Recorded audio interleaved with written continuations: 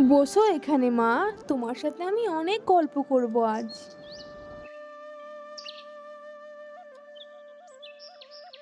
এই মেয়ে, তোমার নাম কি গো?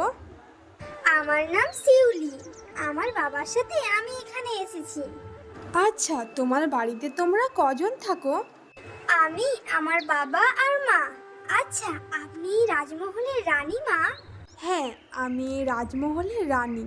জানো তো, তোমার মতো আমারও একটা মেয়ে ছিল। সে তোমার মতো দেখতে ছিল। অনেক ছোটবেলায় সে আমার কাছ থেকে হারিয়ে গেছে। জানি না সে কোথায় আছে, তবে আজও তার জন্য আমার মনটা টানে। আপনি ভাববেন না রানীমা, আপনার মেয়ে ঠিক একদিন ফিরে আসবে আপনার কাছে। তবে আমি এখন যাই, আমার বাবা আমাকে খোঁজাখুঁজি করবে। তুমি চলে যাবে? ঠিক আছে, আবার আসবে কিন্তু। তোমার সাথে গল্প করে আমার অনেক ভালো লাগলো। হ্যাঁ রানীমা, তাহলে আমি এখন যাই। মেয়েটাকে দেখে কেমন যেন লাগছে আমায়। ভারী মিষ্টি দেখতে, কেমন চোখ দুটো যেন মায়ায় ভরা। যদি আমার মেয়েটা থাকতো, তাহলে আজ হয়তো এতটাই বড় হয়ে যেত। জানি না কে এত বড় ক্ষতি করলো আমার, তবে আমার বিশ্বাস আমার মেয়েকে আমি ফিরে পাবো। আজ কেমন যেন মনটা আমার করছি আমার মেয়ের জন্য। যাই, একটু রাজপ্রাসাদটা ঘুরে আসি, তাহলে হয়তো মনটা ভালো হবে।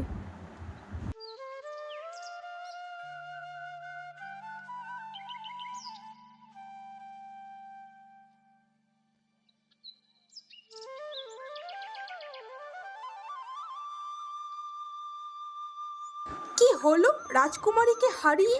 সেই তো তোমার বৌদি রাজকুমারী রাজকুমারী করছে। রাজকুমারী চলে গেছে সেটার বিশ্বাস করতে পারছেন না উনি। তার বিশ্বাস সে একদিন ফিরবে আর তাকে এই প্রাসাদের রাজকুমারী বানাবে। কিন্তু সে তো জানে না যে রাজকুমারীকে আমরা নদীর জলে ভাসিয়ে এসেছি। সে তো এতদিন পশুদের পেটে চলে গেছে। কিন্তু তোমার বৌদি এটা বিশ্বাসই হচ্ছে না, সে নাকি একদিন ফিরবে। রানীমা এটা কেন বিশ্বাস করছে না যে তার মেয়ে মারা গেছে? হ্যাঁ গো, ঠিকই বলেছো। ওদের যত ঢং, আর পারছি না সহ্য করতে। এত বছর ধরে রাজা হব করে সহ্য সীমা শেষ হয়ে গেছে।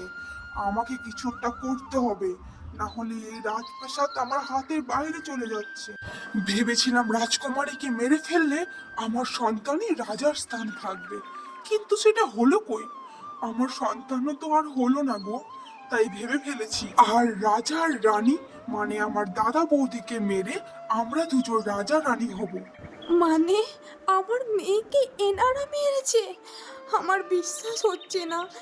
এত বড় ক্ষতি কেন করলো আমার? আর এখন রাজামশাইকে মারতে চাইছে?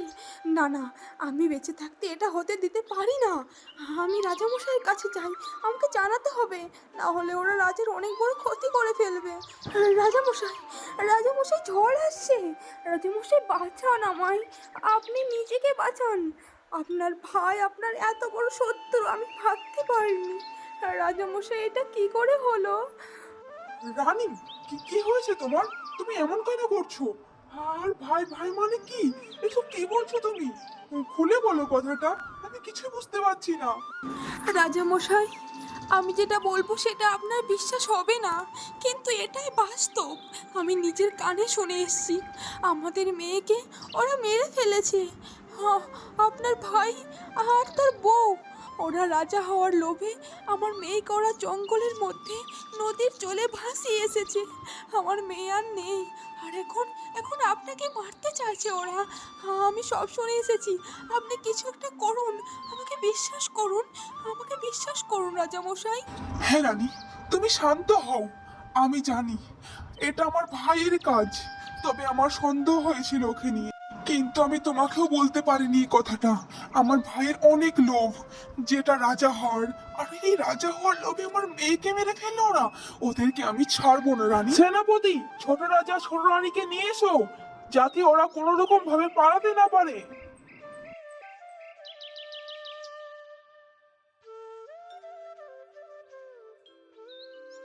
রাজামশাই, ছোট রাজা পালাবার চেষ্টা করেছিল, তার জন্য তাকে কারাগারে বন্দি করেছি।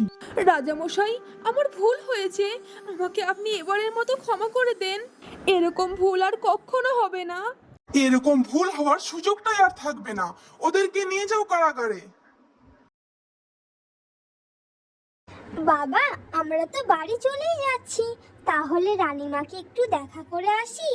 না না, ও কোথাও যেতে হবে না, বাড়ি যাওয়ার সময় হয়ে গেছে, বাড়ি যাব। বাবা, রানীমা আমায় অনেক ভালোবাসে, আর তাকে না বলে যদি চলে যাই তাহলে সে খারাপ ভাববে। রানীমা অনেক ভালো, আমি যাব আর আসবো।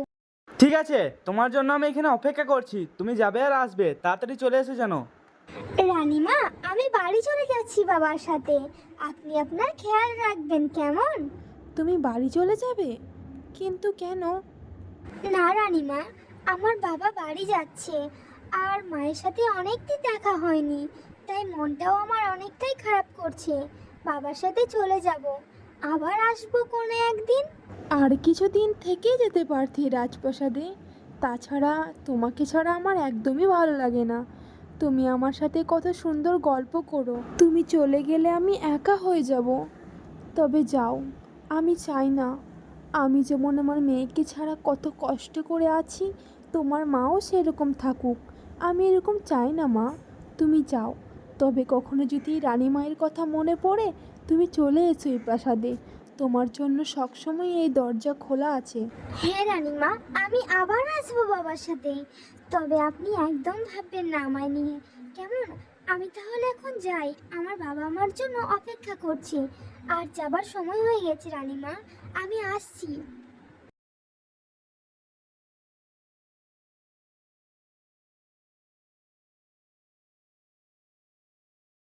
মেয়েটা চলে গেল, তবে আর যাই বলি না কেন, ভারী মিষ্টি মেয়েটা। এ কি, দরজার কাছে ওটা কে? কে ওখানে?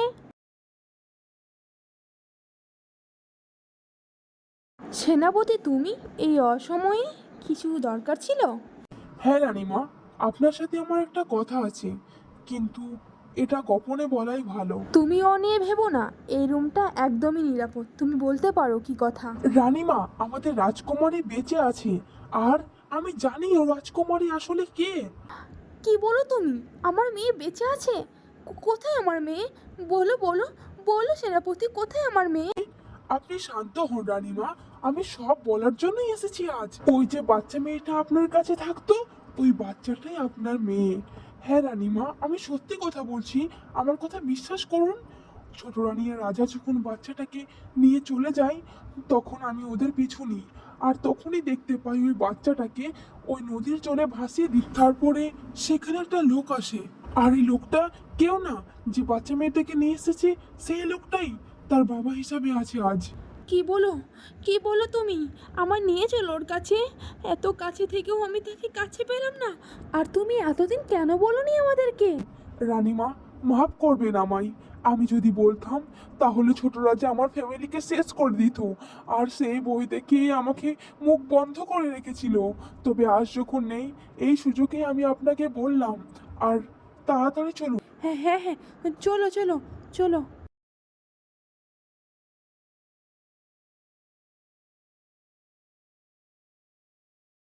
পুরো রাজপ্রাসাদ ঘুরে দেখলাম রানীমা, ওরা চলে গেছে গ্রামের দিকে, আর আমাদেরকেও যেতে হবে গ্রামের দিকে, আর রাজকুমারীকে ফিরিয়ে আনতে হবে। চলো রানীমা, দেরি না করে আমরা বেরিয়ে পড়ি। রানীমা, রাজকুমারী এসেছে।